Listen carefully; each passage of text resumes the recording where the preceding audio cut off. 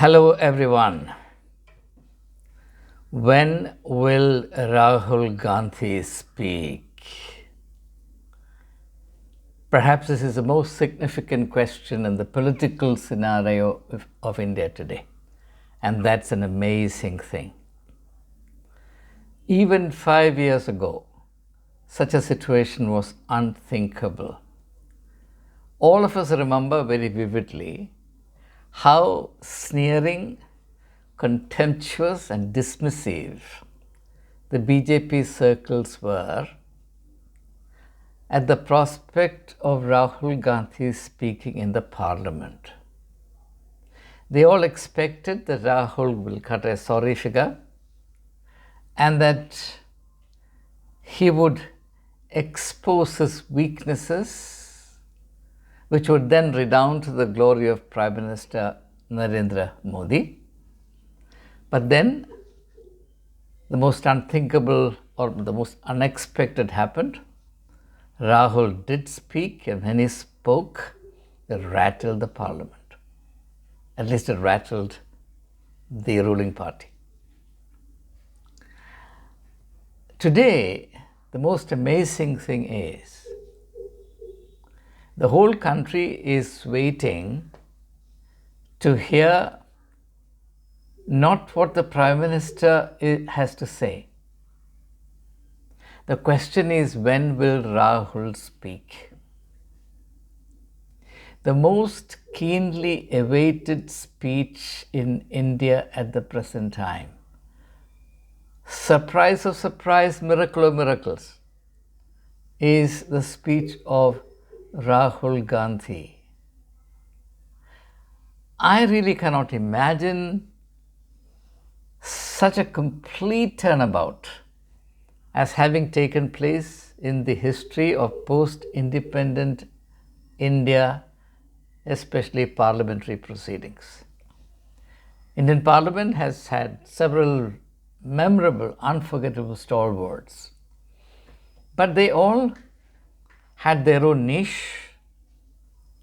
There is no precedent of anyone who, having started where Rahul Gandhi did, as an object of political ridicule, not just from one source, but from many, many sources, even from the Marxist Party in Kerala,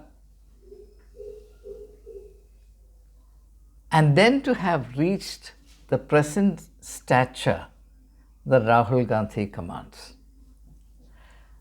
I have to be very honest with you that to me this is mind-boggling. I never expected to live to see this day.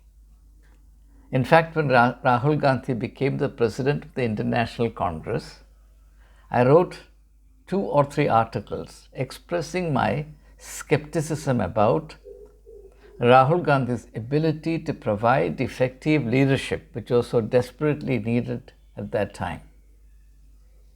And my suspicion or my cynicism lingered for a while. But my cynicism took a definite turn towards an attitude of appreciation and confidence through Rahul Gandhi's Bharat Jodo Yatra. Quiet, obviously. That's an undertaking which seems to have transformed this young politician. And his national approval rating has touched an all-time high. Leaving a margin for the limitations of such surveys conducted by certain agencies,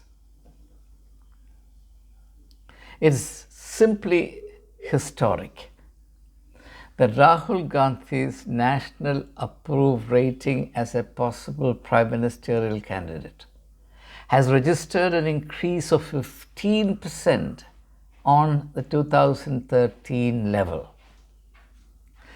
Of course, admittedly, there is a wide gap still between him and Sri Narendra Modi. That's something that both Rahul and everybody else has to reckon. Sri Narendra Modi still remains the most magnetic political personage in India. And it remains to be seen how Rahul fares against this almost impossibly high standard of public acceptance that Narendra Modi has cornered. Now, what I want to emphasize at this point in time, and on that I'll close, is that the main plank on which Rahul Gandhi was attacked and humiliated till recently, namely that he is an undeserving beneficiary of dynastic advantages, that he has gained his position of eminence simply because he happened to be conceived in the right womb, which also implies that he has no personal merit. Now that stigma has been completely washed away. Just consider what has happened. BJP, because of its unmatched propaganda skills and acumen, managed to turn what otherwise would have been an advantage, namely dynastic glamour or dynastic aristocracy, into a political liability. So Rahul Gandhi became virtually a political zero from that point of view. And that is now, in retrospect, that has done a world of good to Rahul Gandhi, because he had to build himself up from ground zero. And the good thing is, and the good news for Indian democracy, I dare say, is that he has. Today, the national attention, the eager expectance that he commands from the people of India, and particularly the parliamentarians of all hues, is not because he was or he is a member of the number 10 Janpath family, the Gandhi-Nehru dynasty, so to speak. He commands attention, and he in fact activates anxiety in the BJP circles because Rahul Gandhi is Rahul Gandhi. So the dynastic stain has evaporated completely. So BJP has lost many of the tools of attack, the rhetoric of attack that it deployed against Rahul Gandhi.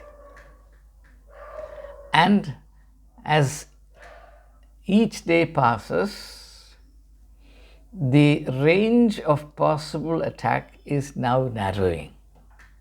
So much so that it will become counterproductive if those old methods of degrading and discrediting him continue to be used. I'm quite amazed. I still can't believe this. I actually rub my eyes in disbelief. A no confidence motion against the present government is moved. The context is that of the unspeakable tragedy of Manipur. But there's only one question on which the entire parliamentary procedure is riveted. And that is what I quoted at the beginning, and these are not my words, these are the words that are resounding everywhere. When will Rahul speak? Now, my dear friends, this is unbelievable. There is no parallel to this. There is no precedent to this. And it's quite amazing.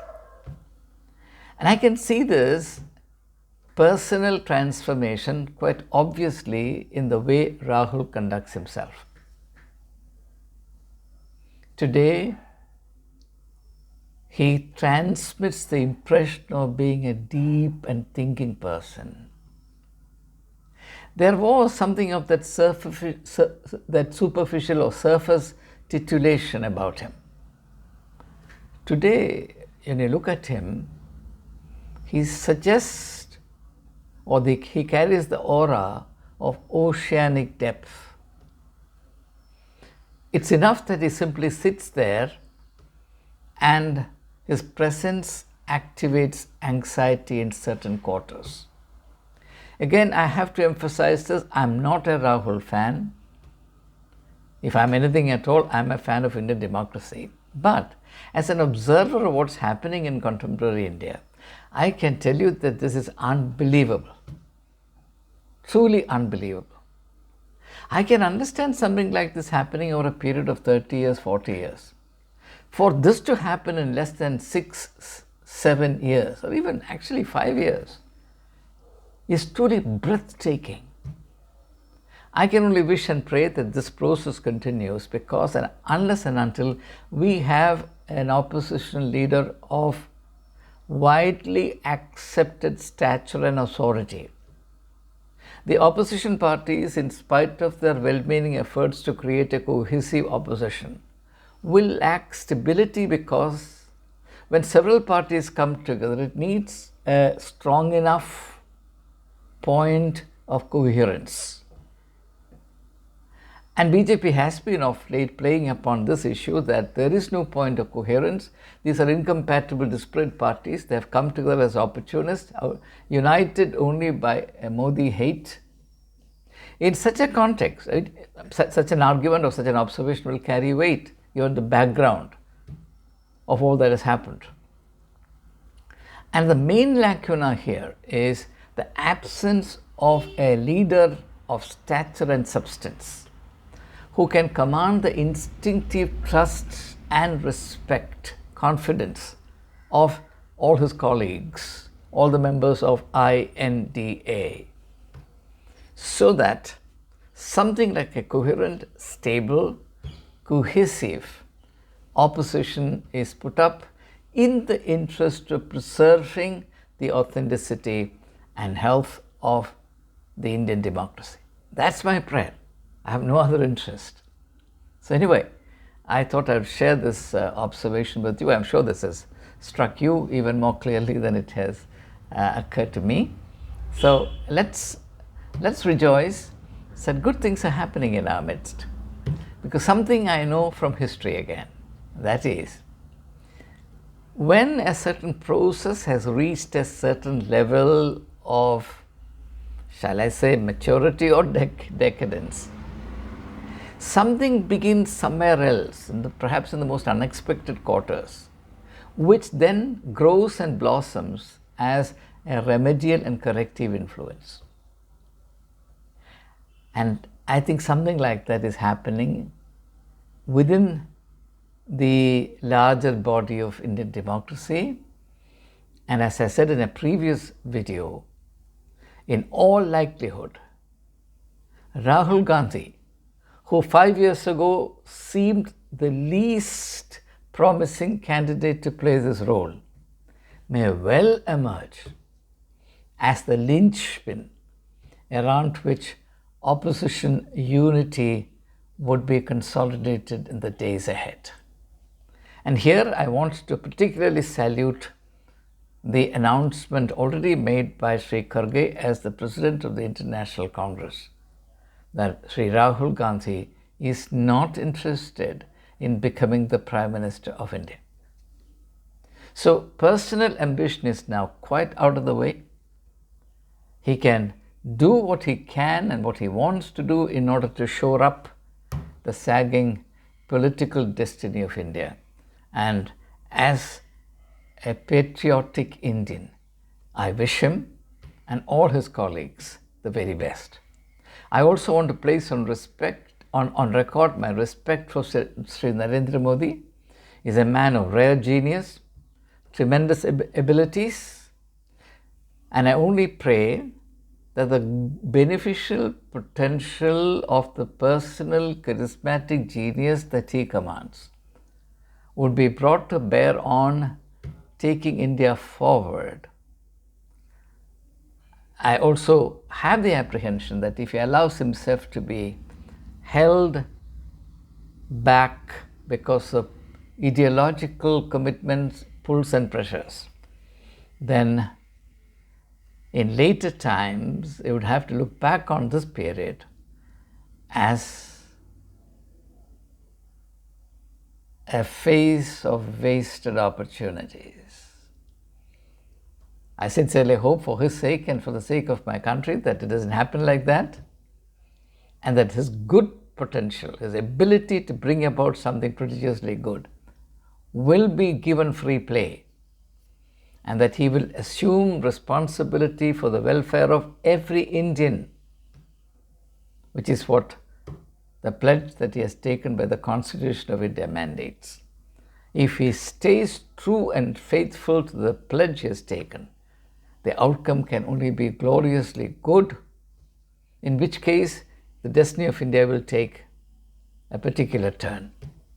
If he allows himself to be held back from honoring his pledge in spirit and in truth, then the history of India or the destiny of India will take another turn. And whichever turn it takes, I can tell you today, the decisive factor will not be Sri Narendra Modi.